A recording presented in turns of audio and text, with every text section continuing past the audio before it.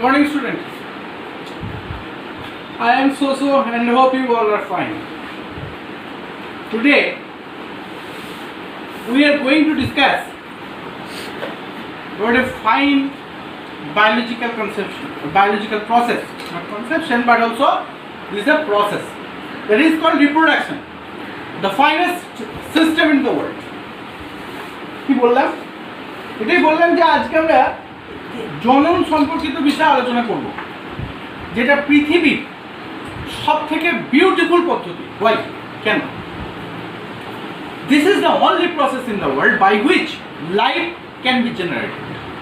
এটাই হচ্ছে পৃথিবীতে সেই পদ্ধতি যে পদ্ধতি জীবনকে সৃষ্টি করতে পারে। none other than this process there is no other alternative system in the world by which life can be generated. পৃথিবীতে এর বাইরে সত্যি কোনো পদ্ধতি নেই যে পদ্ধতি জীবনকে সৃষ্টি করতে পারে। and that is why কি বলি, আমি এটাই বলবো যে ঈশ্বরের দান, গিফট অফ গড। এনিওয়ে, চলো আমরা সায়েন্টিফিক ডিসকাশনে ঢুকি যে আমরা জনন কাকে বলছি। What is the reproduction? Reproduction হচ্ছে যে সেই জৈবিক পদ্ধতি, যে জৈবিক পদ্ধতির দ্বারা জীব তার নিজের সত্তা এবং অবভিয়াসলি নিজের আকৃতি বিশিষ্ট সন্তান সন্ততি বা অপত্যের পৃথিবীতে জন্ম দেয়। রিপ্রোডাকশন বা জনন শুধুমাত্র মানুষের জন্য প্রযোজ্য এমন কিন্তু ব্যাপারটা না। রিপ্রোডাকশন পৃথিবীর প্রত্যেকটা জীবের জন্য। জনন যদি না দেন দ্য নেক্সট জেনারেশন, পরের যে প্রজন্ম তা পৃথিবীর বুকে আসবে না। অর্থাৎ আলটিমেটলি যেটা হবে, পৃথিবী থেকে জীব অবলুপ্তি, জীবের অবলুপ্তিকরণ, সেই সংশ্লিষ্ট জীবটির পৃথিবীতে কোনো অস্তিত্ব থাকবে না। তাহলে আমরা জননের গুরুত্ব হিসেবে কি বলতে পারি? নাম্বার ওয়ান, প্রথম কথা, জননের গুরুত্ব হচ্ছে যে জনন পরবর্তী প্রজন্মকে জন্ম দেয়। অর্থাৎ জনন কি করে না, নেক্সট জেনারেশনকে, this is the process by which the next generation come. এই পদ্ধতির মাধ্যম দিয়ে কিন্তু জীবের পরিবর্তনের ভাবধারাও বলে। কারণ দেখো, পরিবর্তন বলতে এখানে আমি ওই ছোট ছিলাম, তারপরে একটু বড় হলাম, তারপরে এখন এই মধ্য বয়সে এসে হাজির হয়েছি, এটা না। এটা তো বিকাশ, এটা বৃদ্ধির মাধ্যম দিয়ে হয়ে। কিন্তু জনন যেটা করে সেটা হচ্ছে জীব পরিবর্তন, next from one type of the animals to the next another type. যে ভ্যারিয়েশনের দরকার পড়ে তাকে নিয়ে আসবার জন্য there is only one process, that is reproduction, আমাদের গড গিফটেড। প্রথমেই বলছি এই প্রসেসকে আমরা মূলত দুটো ভাগে ভাগ। নাম্বার ওয়ান, অ্যাসেক্সুয়াল রিপ্রোডাকশন বা অযৌন জনন পদ্ধতি, আর একটা হচ্ছে সেক্সুয়াল রিপ্রোডাকশন বা যৌন জনন পদ্ধতি। What is asexual reproduction? তাহলে কি বললাম? নাম্বার ওয়ান, অযৌন জনন পদ্ধতি।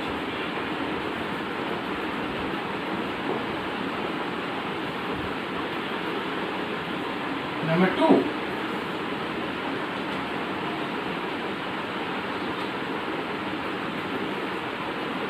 যৌন জনন পদ্ধতি।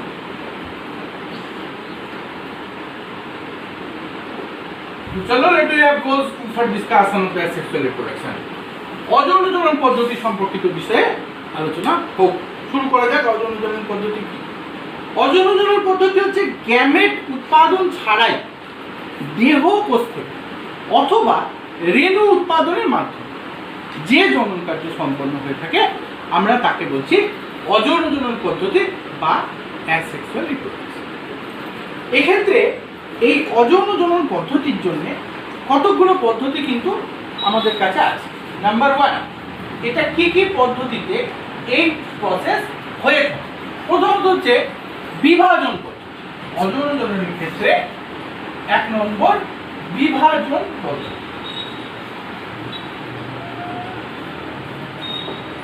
বিভাজন পদ্ধতি কিরকম? বিভাজন পদ্ধতিকে আমরা আবার দুটো ভাগে ভাগ করি। একটাকে বলা হচ্ছে দ্বিবিভাজন পদ্ধতি, আরেকটাকে বলা হচ্ছে বহু বিভাজন পদ্ধতি।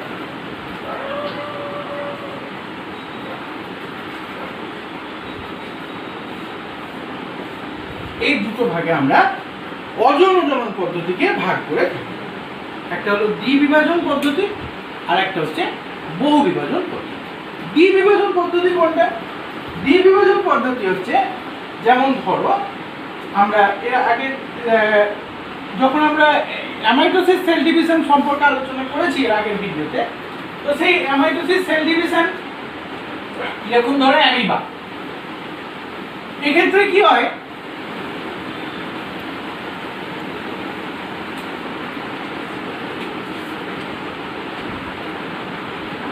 একটা সেল, একটা অ্যামিবা ধরো এরকম একটা প্রাণী, এর মধ্যে খাঁজ তৈরি হয় এবং এটা আস্তে আস্তে করে ব্রেকআপ দিয়ে দুটো নতুন জীবের সৃষ্টি হয়। তো 1 2 and this is nucleus। এটা দ্বিবিভাজন পদ্ধতি। বহু বিভাজন পদ্ধতি কোনটা? বহু বিভাজন পদ্ধতি হচ্ছে প্লাজমোডিয়ামের ক্ষেত্রে দেখতে পাওয়া যায়। এই ক্ষেত্রে প্লাজমোডিয়ামের জীবনচক্র তোমাদের সিলেবাসের আওতাভুক্ত নয়, পরবর্তীকালে তোমরা পড়বে প্লাজমোডিয়ামের জীবনচক্র পড়তে হবে, পরবর্তী জীবনে তোমাদেরকে আলোচনা করতে হবে। সেখানে দেখবে সাইজন্ট বলে একটা দশা, তো সেই দশাতে প্লাজমোডিয়ামে এরকম ভেতরে অসংখ্য ছোট ছোট ছোট ছোট নিউক্লিয়াস তৈরি করে অ্যান্ড এটা ফেটে যায়, গিয়ে বেরিয়ে চলে। তাহলে এই যে ভাগটা হচ্ছে এইটাকে বলছে বহু বিভাজন পদ্ধতি। তো এই হচ্ছে আমাদের অযৌন জননের বিভাজন। নেক্সট হচ্ছে পরকোদ্গম পদ্ধতি।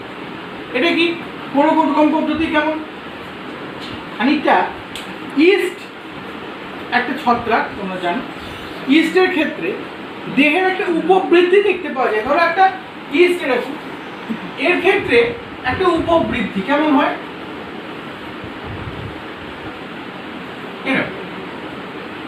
এই উপবৃদ্ধিটা আস্তে আস্তে করে খসে গিয়ে পড়ে গেল, এটা আবার নিউ জেনারেশনকে তৈরি করে। দিস ইজ হচ্ছে পরকোদ্গম পদ্ধতি। যেমন ধরো আমাদের প্রাণীদের মধ্যে হাইড্রার ক্ষেত্রে এটা দেখতে পাই।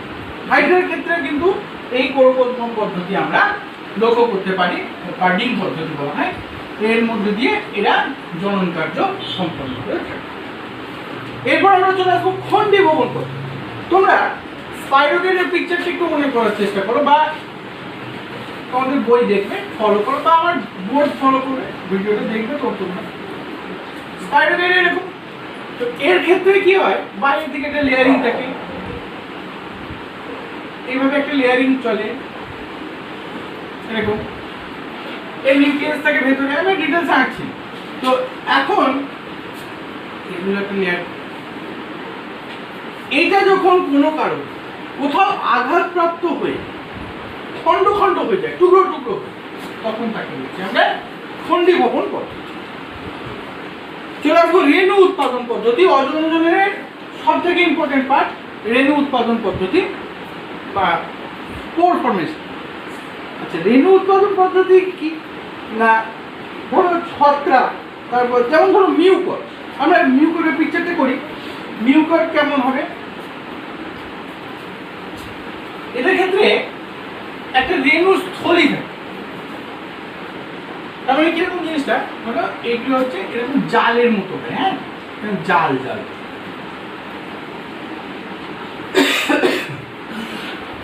এরকম জাল জাল জাল থাকে। এর থেকে এরকম করে একটা করে এরকম উপবৃদ্ধি তৈরি হলো না।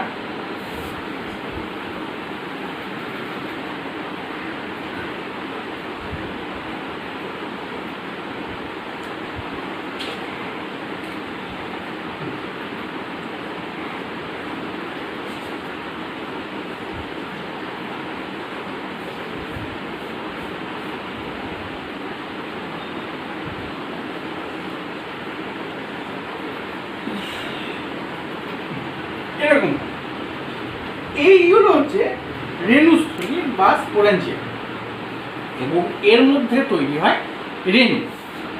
রেণুকে বিভিন্ন ভাগে ভাগ করা হয়। ডিটেলস স্পোর ফরমেশন সম্পর্কে তোমাদের এখানে আলোচনা নেই, ক্লাস 10 সিলেবাসেতে তোমাদের পুরো ডিটেলস কন্ডিশন সম্পর্কে আলোচনা নেই। যেটুকু আছে সেটা হচ্ছে যে এখানে রেণু দু রকমের হয়ে থাকে। একরকম হচ্ছে চলরেণু আর এক রকম হচ্ছে অচল রেণু। চল রেণু হচ্ছে জুস্পোর আর অচল রেণু হচ্ছে অ্যাপ্লানোস্পোর। এছাড়াও আরো অনেক রকমের ভাগ হয় রেণু, সে সমস্ত ভাগ সম্পর্কে তোমরা ক্লাস 11-এ অ্যাসেক্সুয়াল রিপ্রোডাকশন সম্পর্কে ডিটেলস আলোচনা হবে, তখন তোমরা পাবে। তো এখন উপস্থিত একটি মনে রাখার জিনিস যে রেণু দু রকমের হয়ে থাকে, একরকম হচ্ছে জুস্পোর আর একরকম হচ্ছে অ্যাপ্লানোস্পোর। এই দু রকম রেণু আমরা দেখতে পাই। নেক্সট চলে আসবো পুনরুৎপাদন পদ্ধতি। অজনজনের ক্ষেত্রে পুনরুৎপাদন পদ্ধতি কিরকম? যেমন ধরো প্ল্যানেরিয়া। প্ল্যানেরিয়ার ক্ষেত্রে কি হয় না, একটা জীব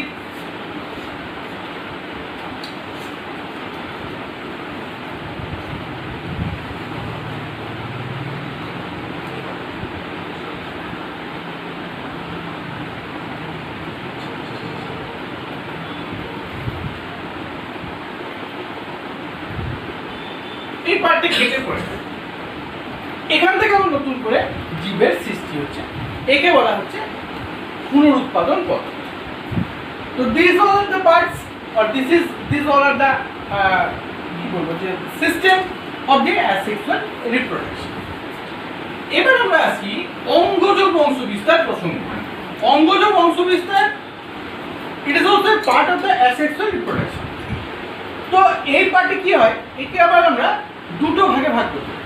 নাম্বার ওয়ান, একটা হচ্ছে প্রাকৃতিক ভাবে ভাগ হয়, প্রাকৃতিক বা ন্যাচারাল, আর একটা হচ্ছে কৃত্রিম। প্রাকৃতিক অঙ্গজ বংশবিস্তার কি, যেটা প্রকৃতির মধ্যে থেকে হয়ে থাকে। যেমন ধরো মূলের সাহায্যে বংশবিস্তার, এটা প্রাকৃতিক অঙ্গজ, প্রাকৃতিক অঙ্গজ বংশবিস্তার। পাতার সাহায্যে হতে পারে, আচ্ছা। তারপর ধরো ফলের সাহায্যে হতে পারে, তারপর ফলের সাহায্যে তো এমনি ইউজুয়ালি হয়েই থাকে, কাণ্ডের সাহায্যে হতে পারে। এগুলো হচ্ছে প্রাকৃতিক অঙ্গজ বিস্তার পদ্ধতি। যেমন ধরো মূল, প্রাকৃতিকের মধ্যে আমরা চলে যাই মূলের সাহায্যে, তারপর ধরো কাণ্ড, হ্যাঁ, তারপর পাতা। এইখানে এইটাকে বলছে পত্রজ মুকুল, কাণ্ডজ মুকুল, এইভাবে ভাগ। তো পাতার ক্ষেত্রে এটাকে, পাতার একটা উদাহরণ বলি পাথরকুচি, তোমরা জানো পাথরকুচি পাতা। কাণ্ড, কাণ্ডের ক্ষেত্রে ফর এক্সাম্পল আলু কিংবা আদা।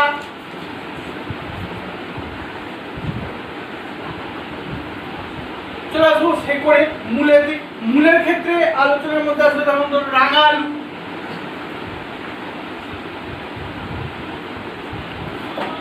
এই হচ্ছে প্রাকৃতিক অঙ্গজ বংশবিস্তার, মানে প্রাকৃতিক অঙ্গজ বংশবিস্তার পদ্ধতি।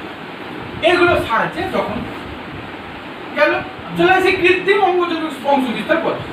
এক্ষেত্রে যেটাকে আমরা কলম তৈরি করা বলি, সেইটা হচ্ছে তোমার কৃত্রিম অঙ্গজ বিস্তার পদ্ধতির মধ্যে পড়ে।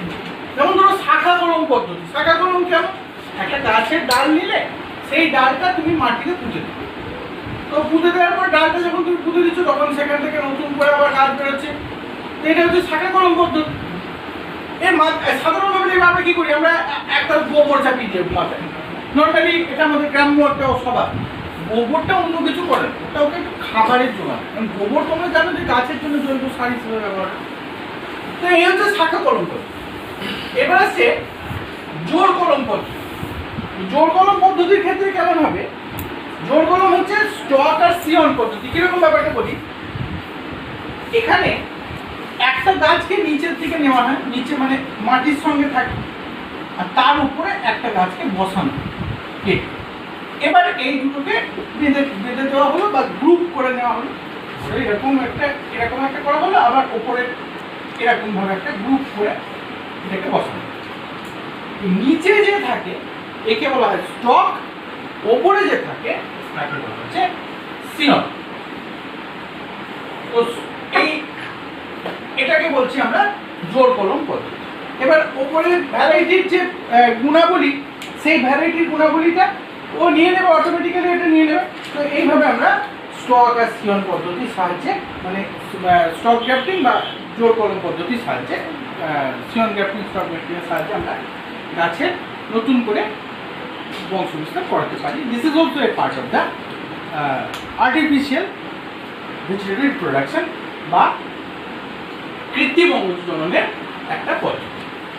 আচ্ছা, লাস্ট এন্ড ফরমোস্ট যেটা আসবো সেটাকে বলা হচ্ছে অনুবিস্তারণ পদ্ধতি বা micro propagation. What is called micro propagation? অনুবিস্তারণ পদ্ধতি কি? বিশেষ কলাকর্ষণ দ্রবণের মধ্যে। এক্ষেত্রে কি করা হয়, বেসিক্যালি জিনিসটা এটা করা হয়, পদ্ধতিটা এরকম যে এক্ষেত্রে এক উপযুক্ত, প্রথমত হচ্ছে উপযুক্ত উদ্ভিদের অঙ্গাংশ নির্বাচন। অর্থাৎ তুমি যে উদ্ভিদটাকে জননে নিয়ে যেতে চাইছো সেই উদ্ভিদটার কিছু কোষের পার্ট বা কিছু গলার পার্ট, তুমি মোদ্দার কথা তার কিছুটা অংশ তোমাকে নিতে হচ্ছে। এরপরে হরমোন দ্বারা তৈরি অক্সিন অ্যান্ড অবভিয়াসলি সাইটোকাইনিন, এই দুটো দিয়ে তৈরি একটা বিশেষ কর্ষণ দ্রবণ টেস্ট টিউবের মধ্যে নেওয়া। একটা টেস্ট টিউব, এর মধ্যে এই ছোট ছোট টুকরোগুলোকে রাখা হবে। থার্ড স্টেজ হচ্ছে একেই বলা কালচার মাধ্যমে রেখে একে বৃদ্ধি ঘটানো। এরপরে এখান থেকে তৈরি হবে ক্যালাস, এবং সেই ক্যালাসটা এমব্রয়েডে রূপান্তরিত হয়, এমব্রয়েড থেকে প্ল্যান্টলেট রূপান্তরিত হয় এবং গাছ তৈরি হয়। এই পদ্ধতি হচ্ছে মূলত অনুবিস্তারণ পদ্ধতি বা কলাকর্ষণ পদ্ধতি। তো তাহলে কি দেখলাম যে আমরা টোটাল জনন কার্যকে দুটো পার্টে ভাগ করলাম, একটা হচ্ছে অযৌন, একটা হচ্ছে যৌন। অযৌন জনন পদ্ধতির মধ্যে আমরা গ্যামেট উৎপাদন ছাড়াই অযৌন জনন পদ্ধতি নিয়ে আজকে আলোচনা আমরা বেশিরভাগ ক্ষেত্রে করলাম, যে বিভিন্ন পদ্ধতিগুলো সম্পর্কে এবং কৃত্রিম পদ্ধতির ক্ষেত্রে তোমার অনুবিস্তারণ পর্যন্ত আজকের আলোচনা করে দিলাম। এর পরদিন আমরা আলোচনায় ঢুকবো যেটা, সেটা হচ্ছে অ্যাকর্ডিং টু আওয়ার সিলেবাস আমরা যাব সপুষ্পক উদ্ভিদের যৌন জনন অ্যান্ড অর্ডিনেশন অফ জেনারেশন। তাহলে আমাদের আর হ্যাঁ, পলিনেশনটা আছে পরে, কিন্তু এটা পলিনেশন সম্পর্কে আলোচনা হবে। এটুকু করলেই আমাদের জনন শেষ। তোমরা এবার পড়া রেডি করো, অ্যাজ ওয়েল অ্যাজ আমি তোমাদেরকে যেমনভাবে হোয়াটসঅ্যাপে কানেক্ট করছি সেইভাবে কানেক্ট করবো। তোমরা ভালো থেকো, সুস্থ থেকো, হ্যাভ এ নাইস ডে।